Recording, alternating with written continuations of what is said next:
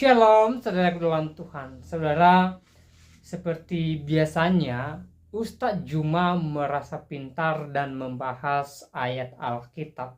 Tapi kali ini berbeda, saudara dalam Tuhan. Dia berhadapan dengan Elia Miron dan dia mencoba membahas beberapa ayat Alkitab, namun pembahasannya dijawab tuntas oleh Elia Miron dan pastinya Juma terdiam dan tercengang dengan jawaban-jawaban dari Elia Miron.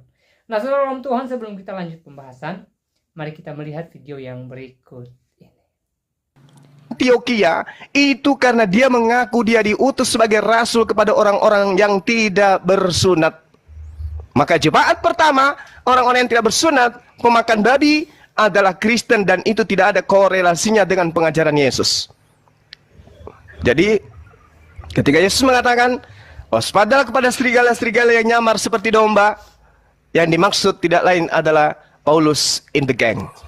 Silakan Anda bantah. Oke. Ya, terima kasih Pak Juma ya.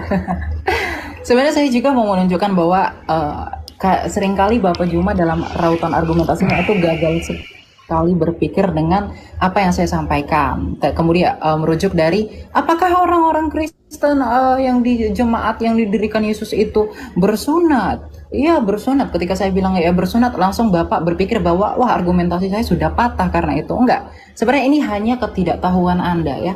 Orang Yahudi yang percaya Yesus itu tetaplah harus disunat. Karena sedangkan orang Yahudi yang percaya Yesus tidak dibebankan hukum sunat. Kisah Para Rasul 21 ayat 25. Tetapi mengenai bangsa-bangsa lain yang telah menjadi percaya, sudah kami tuliskan keputusan-keputusan kami, yaitu mereka harus menjauhkan diri dari makanan yang dipersembahkan berhala, dari darah, dari daging binatang yang mati, dan dicekik dari percabulan. Ayat 20-nya kalau kita melihat sebelum sampai kepada konklusi ini, mendengar itu mereka memuliakan Allah, lalu yang berkata kepada Paulus, saudara lihatlah beribu-ribu orang Yahudi telah menjadi percaya dan semuanya rajin memelihara hukum Taurat. Di ayat 22-nya, tetapi mendengar tentang engkau, bahwa engkau mengajar semua orang Yahudi yang tinggal di antara bangsa-bangsa lain untuk melepaskan hukum Musa. Bangsa lain untuk melepaskan hukum Musa. Bapak harus mengerti ya, bahwa ketentuan sunat itu diberikan kepada yang memang diteruskan dari Abraham, kemudian berakhir di orang-orang Yahudi dari kedua belah suku Israel ini sebagai bentuk perjanjian mereka. Kemudian selanjutnya dikatakan sebab engkau menyatakan supaya mereka jangan menyunatkan anak-anaknya dan jangan hidup menurut adat istiadat kita. Jadi kita harus mengerti teman-teman bahwa hukum sunat ini adalah hukum yang only berlaku bagi orang-orang Yahudi. Tapi karena Yesus menyatakan pergilah jadikanlah semua bangsa muridku, baptislah mereka di dalam nama Bapa, Putra dan Roh Kudus. Artinya hukum Yahudi ini tak berlaku lagi bagi dunia ini. Itu berlaku bagi mereka aja. Bagi dunia ini tidak berlaku lagi hukum sunat karena mereka sudah disunatkan melalui kematian Kristus. Inilah relevansi yang saya katakan. Saya tetap konsisten dalam argumentasi saya. Saya tidak mau gagal berpikir ya. Nah, ketika Yesus menyatakan baptislah semua orang di dalam nama Bapa, Putra, Roh Kudus, kemudian juga Paulus. Jadi Paulus ini bukan bertentangan dengan Yesus. Ini harus yang diperhatikan ya teman-teman. Paulus ini menginjil bagi dunia. Karena di ayat 21 dikatakan bahwa di antara bangsa-bangsa lain dan Yahudi dan bangsa-bangsa lain yang melepaskan hukum Musa. Artinya bangsa-bangsa lain itu tidak terikat dengan hukum Musa. Inilah mengapa orang Yahudi itu sangat fanatik dengan orang-orang di bangsa lain.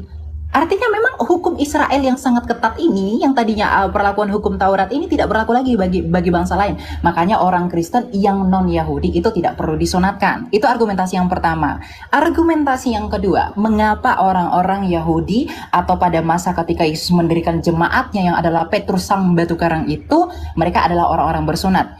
Argumentasi yang pertama itu karena mereka adalah orang Yahudi. Kemudian argumentasi yang kedua agar itu tidak menjadi batu sandungan atas pemberitaan mereka. Paulus dengan jelas menegaskan bahwa Timotius itu haruslah disunat, gitu ya, karena si Timotius ini ibunya seorang Yahudi teman-teman yang telah menjadi percaya gitu. Sedangkan ayahnya itu seorang Yunani ya, Yunani, sehingga menurut hukum Yahudi Timotius itu termasuk orang Yahudi. Ini jadi karena keyahudian mereka lah mereka itu diwajibkan untuk bersunat. Gitu. Jadi orang yang di luar Yahudi, non Yahudi, tetapi Injil juga diberikan kepada mereka, karena Yesus menyatakan bahwa Injil itu harus diberitakan kepada seluruh dunia.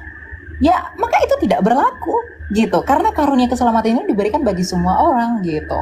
Jadi penafsirannya penafsirannya itu harus relevan, jangan dikait-kaitkan yang satu dengan yang lain dan hanya untuk mengukuhkan asumsi kita gitu. Itu prinsip hermeneutika Kristen itu jelas dalam hal ini gitu ya. Jadi sebenarnya tidak ada yang bertentangan gitu.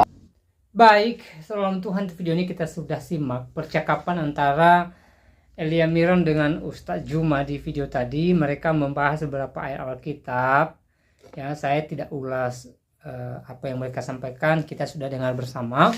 Intinya seperti biasanya Juma membahas beberapa ayat Alkitab, tapi pembahasannya selalu tidak sesuai dengan penafsiran Alkitab sendiri, sehingga dengan mudah Elia Miron menjawab semua pernyataan Juma, dan pastinya Juma tercengang dengan jawaban-jawaban dari Elia Miron. Nah, saudara dalam Tuhan, Juma ini sebenarnya tidak paham Alkitab ya. Dia tidak mengerti Alkitab. Saya selalu katakan bahwa dia hanya memaksakan diri membahas ayat Alkitab yang sebenarnya dia tidak tahu. Bahkan dia tidak tahu cara menafsirkan Alkitab dengan benar. Ya, bagaimanapun Juma ini sebenarnya mungkin saja dia modal Google ya. Kalau hanya modal Google, kalau hanya modal internet tanpa belajar sungguh-sungguh tentang Alkitab, maka apa yang kita sampaikan selalu ngawur dalam Tuhan. Ya. Tetapi kalau kita belajar sungguh-sungguh ya, maka saya percaya bahwa penjelasan-penjelasan kita tidak bakalan lari dari penafsiran Alkitab yang sebenarnya. Itulah yang dialami oleh Juma. Dia tidak pernah belajar Alkitab. Dia hanya copot sana copot sini ya tentang ayat Alkitab, tapi dia memberanikan diri bicara. Dan ya, kita sudah melihat kualitas pengetahuan Juma tentang Alkitab itu seberapa jauh gitu loh. Saudara bisa menilai sendiri. Ya, makanya saya selalu pesankan buat Juma, ya berhenti bahas Kristen dan Alkitab.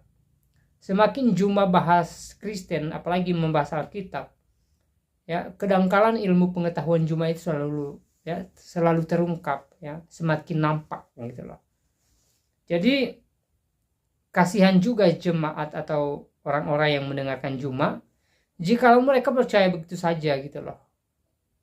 Apalagi ketika dia membahas Alkitab selalu tidak tepat ya. Jadi doa kita bersama sebagai anak Tuhan, ya kita doakan supaya orang-orang yang selama ini membicarakan Alkitab, ya sembarang menafsirkan Alkitab, termasuk si Juma tadi, dijamah Tuhan, disadarkan Tuhan bahwa apa yang mereka lakukan tidak baik, ya penafsiran mereka tidak sesuai, dan kita doakan supaya mereka fokus dengan agama mereka. Kita percaya bahwa kuasa Roh Kudus Tuhan mampu menjamah hati mereka sehingga mereka tidak membahas Alkitab sesuka hati mereka. Ya, nah saudara Tuhan, kita juga sudah mendengarkan pesan-pesan dari Elia Miron di video tadi. Semoga pesan-pesan beliau memberkati kita, menguatkan iman kita, membuat kita semakin yakin bahwa Yesus Kristus adalah Tuhan dan Juru Selamat dalam kehidupan kita. Ya, selalu saya sampaikan saudara Tuhan bahwa tidak ada seorang pun tidak ada seorang pun di dunia ini yang pernah mengatakan bahwa dia adalah jalan kebenaran hidup selain Yesus Kristus. Ya, tidak ada di dunia ini yang pernah mengatakan bahwa surga adalah miliknya dia selain daripada Yesus Kristus. Hanya Yesus yang pernah mengatakan hal itu, dan hanya Yesus yang pernah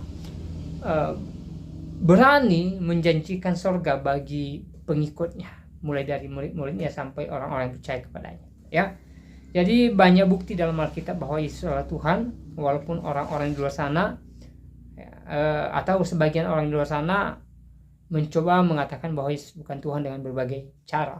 Tapi dalam Tuhan, iman Kristen, dan saya percaya iman kita, ya tetap percaya Yesus sebagai Tuhan dan Juru Selamat, sebagaimana tertulis dalam Alkitab. Nah, saudara dalam Tuhan, selebihnya silakan tulis tanggapan saudara dalam komentar. Tuliskan tanggapan atau komentar yang baik, yang positif, terutama komentar yang memuliakan Tuhan dan yang memberkati kita sekalian. Dan kiranya Tuhan Yesus memberkati kita semua. Shalom.